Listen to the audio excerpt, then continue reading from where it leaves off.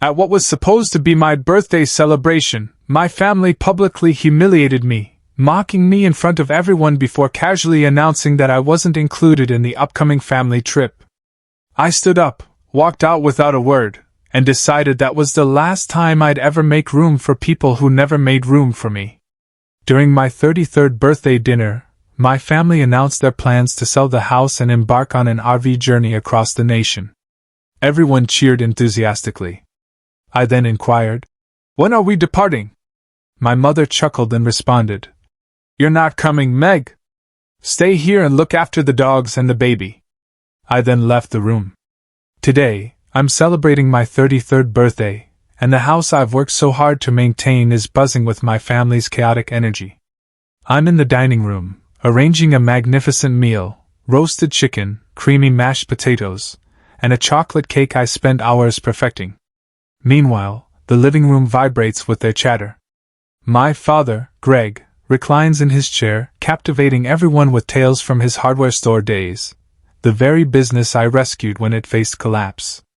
My mother, Diane, drifts about, adjusting napkins she didn't even fold, her laughter echoing off the walls I've painted twice. My younger siblings, Tara and Ben, lounge on the sofa with their partners, sipping beers, while their children, 4 small whirlwinds under the age of 6, chase each other, smearing sticky fingers on the cushions I painstakingly reupholstered. I wipe sweat from my forehead, adjust the candles on the cake, and glance at the clock. It's my birthday, and I've been at this since dawn, cooking, cleaning, and ensuring everyone is fed and content, as always. I catch my reflection in the window, brown hair pulled back, eyes weary but bright. This house is mine, not just because my name is on the deed, but because I've poured my entire being into it. When Dad's shop failed, I paused grad school to cover the mortgage. When Tara's car broke down, I fixed it. When Ben needed a babysitter, I was there. I've been the unifying force, the one who remains unbroken. And tonight I allow myself to hope they'll recognize it. The table is set, plates steaming, and I call out, "Dinner's ready." They shuffle in, kids still shrieking, and I feel a faint sense of pride. Perhaps Dad will propose a toast, say something about my 33rd birthday, about how I've held us all together. I smooth my apron, my hands steady despite the ache in my back, and wait for them to be seated. This is my day, I tell myself. A rare instance where I might matter as more than just their problem solver. The candles flicker, and I hold my breath. I stand by the table, the rich aroma of roast chicken filling the air, watching my family settle into their chairs. The children are still a blur of noise, but I gently quiet them, hoping for a moment of peace. Dad clears his throat, his broad shoulders squared as if preparing to deliver a sermon, and taps his beer bottle with a fork. The room falls silent, all eyes on him. I straighten, anticipating a mention of my birthday, perhaps a gruff, "Thanks, Meg, for the meal." Instead, he grins widely, a sparkle in his gray eyes, and announces, "Big news, everyone! We're selling this place. The house is gone, and we're hitting the road in an RV, cross-country. The whole damn family." Mom claps her hands like a child on Christmas morning, and Tara whoops, her boyfriend echoing her. Ben's wife squeals about national parks, and the kids start chanting, "Road trip, road trip!" I blink, the words slowly sinking in. My house, the one I've paid for, patched up, made a home, it's being sold out from under me. I swallow hard, my voice shaky but clear. Wait, when do we leave? What's the plan for me? The question hangs there, seemingly innocent, and I brace myself for practical details, dates, packing, something concrete. Dad's grin twists into a smirk as he replies, "Leave? Oh, you're not coming. Someone has to stay behind. Keep the dogs fed. Watch Tara's baby while we're away." Mom lets out a sharp, high laugh, as if I've just delivered a punchline. "Yes, sweetie, you're not exactly RV material," she adds, waving a hand as if swatting away a fly. The table erupts. Ben snorts, Tara giggles, even the children join in, their shrieks turning mocking. "Meg's staying with the dogs," one yells, and my chest tightens. Heat creeps up my neck. I grip the edge of a chair, the wood biting into my palm, and manage. But it's my house. I paid the mortgage. Dad rolls his eyes. Not cut out for fun, Meg. You're the responsible one. Stick to it. The laughter swells again, louder, a wall of sound that encloses me. I look around, searching for a flaw in their amusement. Tara smirks, leaning into her boyfriend. You just slow us down anyway, always fussing over stuff. Ben nods as if it's self-evident, and Mom is already pulling out her phone, scrolling through RV rentals as if I'm not even present. The cake sits untouched, candles dripping wax onto the frosting I spent hours perfecting. My birthday is a mere footnote. They're planning their adventure, and I'm the hired help, not family. I think of the years I've devoted to them, nights balancing their bills instead of my thesis, weekends fixing leaks while they barbecued, holidays spent wrangling their children so they could relax. And now this, mocked out of my own life, in my own dining room. The air feels thick, suffocating, and my hands begin to tremble. I want to scream, to overturn the table, but my voice is trapped in my throat, drowned by their chatter about campgrounds and gas mileage. No one notices when I step back, my apron still tied tightly. Tara's baby wails from the high chair, and Mom snaps. Meg, deal with her, will you? As if I'm the nanny, not the sister, not the daughter whose name is on the deed. I untie the apron, let it fall to the floor, and grab my coat from the hook by the door. The laughter fades as I cross the living room, but no one stops me. Tara calls out. Hey, you okay? Her tone half-hearted, as if she's already disengaged. I don't respond. The front door clicks shut behind me, and I'm on the porch, the night air cold against my flushed face. My boots strike the gravel, each step heavier than the last, as I head for my car parked down the block. The house glows behind me, warm and alive with their plans, but it's not mine anymore. Not in any way that truly matters. I slide into the driver's seat, hands gripping the wheel, and feel the weight of their words settle in. I'm not part of them. Not now, not ever. The engine hums to life, and I pull away, their laughter still echoing in my ears. I drive through the darkness, the engine's thrum the only sound keeping me steady. My apartment is a few miles from the house, a cramped one-bedroom I've held onto as a fallback. I pull into the lot, my hands still shaking. Inside, the air is stale, the single bulb flickering as I drop my keys on the counter. The walls stare back at me, marked with memories I can't shake, a framed photo from Dad's 60th, me in the corner forcing a smile, a scarf Mom left behind one Christmas, tangled in a drawer. I sink onto the couch, its springs creaking under me, and let the night replay, their laughter, the RV plan, my house slipping away as if it was never truly mine. I've been their anchor for years, and they've cut me loose without a second thought. My chest burns, a mix of hurt and something hotter, sharper. I pace the tiny space, boots scuffing the worn carpet. I think of the mortgage payments I painstakingly gathered, the grad school dreams I abandoned, the weekends I spent beneath Tara's car while she partied. I was 22 when Dad's shop collapsed, too young to shoulder their burdens, but I did. Now I'm 33, and they're laughing me out of my own existence. The phone buzzes on the coffee table, Dad's name illuminating the screen. I hesitate, thumb hovering, then answer.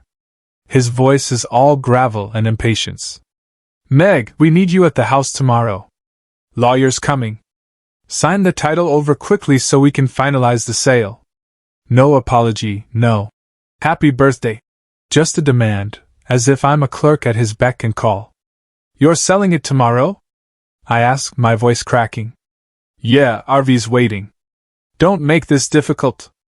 I hang up before he can finish, the click loud in the silence. That's it. The final push. I grab a duffel bag from the closet, the zipper catching as I yank it open. My hands move swiftly, jeans, a sweater, my old sketchbook from college, its edges frayed but pages blank since I traded art for their messes.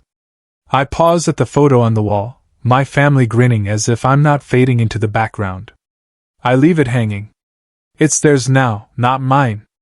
The anger is boiling over, but beneath it, I'm tired, bone deep, soul heavy tired.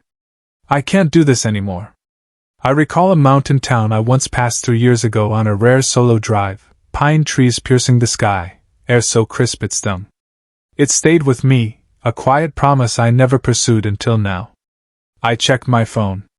There's a train departing at midnight 2 hours from now.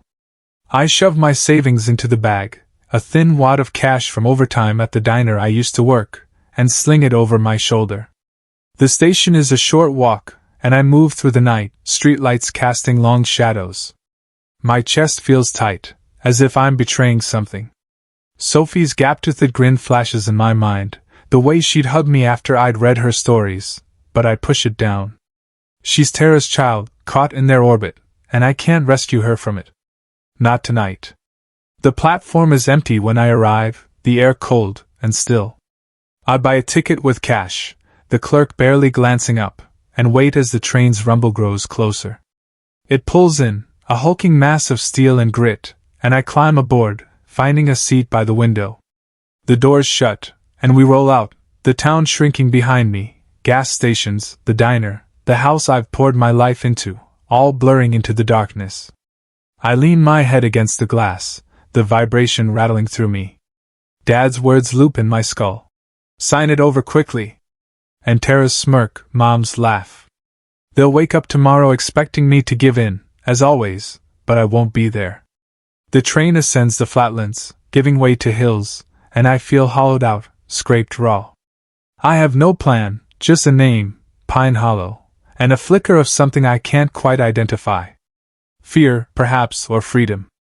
The sketchbook rests heavily on my lap, a relic of a me I lost. I flip it open, tracing the empty pages with my thumb. They didn't just take my house, they took years, pieces of me I'll never reclaim. But as the train cuts through the night, mountains looming ahead, I feel a shift. I'm done being their shadow. Whatever awaits me in Pine Hollow, it's mine to discover. The train jolts to a stop in Pine Hollow just as dawn breaks, painting the mountains in streaks of gold and shadow. I step off, duffel bag slung over my shoulder, the air sharp with the scent of pine and frost. The station is a mere shack, barely manned, and the town unfolds beyond it, wooden storefronts, a diner with a flickering sign, peaks towering over everything. I find a room to rent above a bakery, a cramped attic with slanted ceilings and a window that rattles in the wind. The landlord, a wiry man named Carl, takes my cash and grunts. No noise, no trouble. Before handing me a key. The place smells of yeast and sugar, wafting up from below, and I drop my bag on a sagging cot, feeling the weight of last night settle in my bones. I'm here, but I'm not yet sure what here truly means. By noon, I'm at the diner down the street, a place called Millie's, with chipped mugs and a sticky counter. The owner, Rita, a woman with steel-gray hair and a voice like gravel, assesses me. "You ever wait tables?" she asks. I shake my head, but she tosses me an apron anyway. "Start then, keep up." My first shift is a disaster. Coffee splashes over rims, plates clatter too loudly. A trucker snaps at me for slow service. I grit my teeth, wipe my hands on the apron, and push through. Rita catches me fumbling a tray and mutters, "You'll get it," before turning back to the grill. It's not much, but it's a lifeline, cash to prevent me from crawling back. At the end of the day, I slump on the cot, legs aching, and pull out my sketchbook. I sketch the ridge outside my window, lines shaky but alive. It's been years since I've held a pencil like this, and it feels like waking up a part of me I'd forgotten. The quiet doesn't last. My phone buzzes that night, Tara's name flashing. I answer, brace for it. "Meg, what the hell?" she snaps, her voice tight. "The RV deal stalled. Bank won't close without your signature on the title. You're screwing us over." I stare at the cracked ceiling, her words digging in. "It's my house, Tara. I paid for it." She scoffs. "Oh, get over yourself. We need this. Sophie's been a nightmare, and Ben's freaking out. Just sign it." I picture her pacing their cluttered living room, expecting me to yield. "No," I say, firm and low. "Handle it yourselves." She hangs up, the silence ringing louder than her guilt trip. My chest tightens.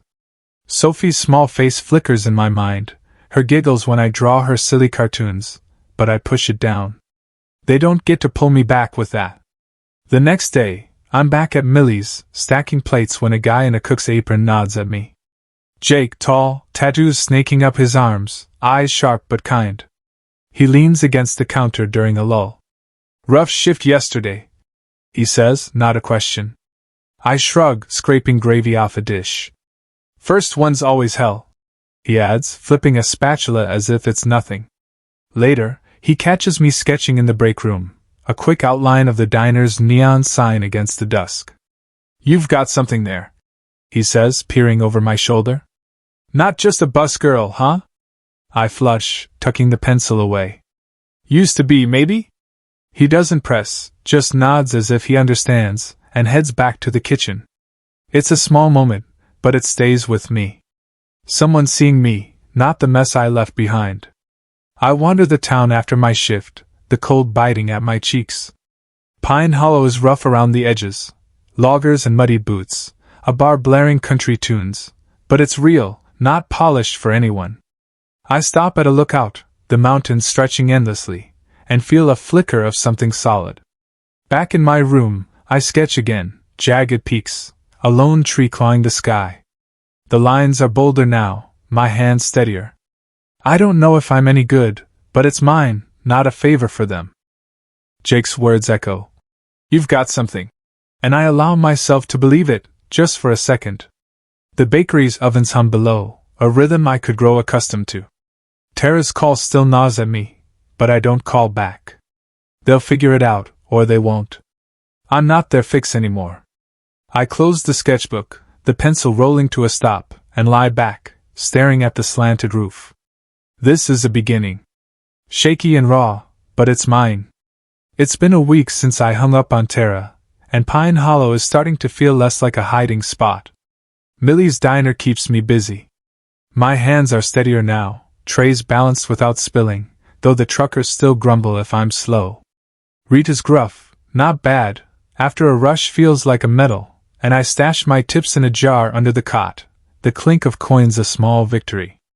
Upstairs, the bakery's warmth seeps through the floorboards, and I've filled half my sketchbook, mountains at dusk, the diner's cracked sign, a logger's silhouette against the dawn.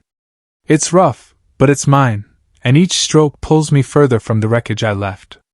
Jake has become a constant. His quiet jokes over coffee next time soften the edges of my days. I'm not used to this, someone noticing me without needing something fixed. Then Mom shows up, unannounced, like a storm rolling in.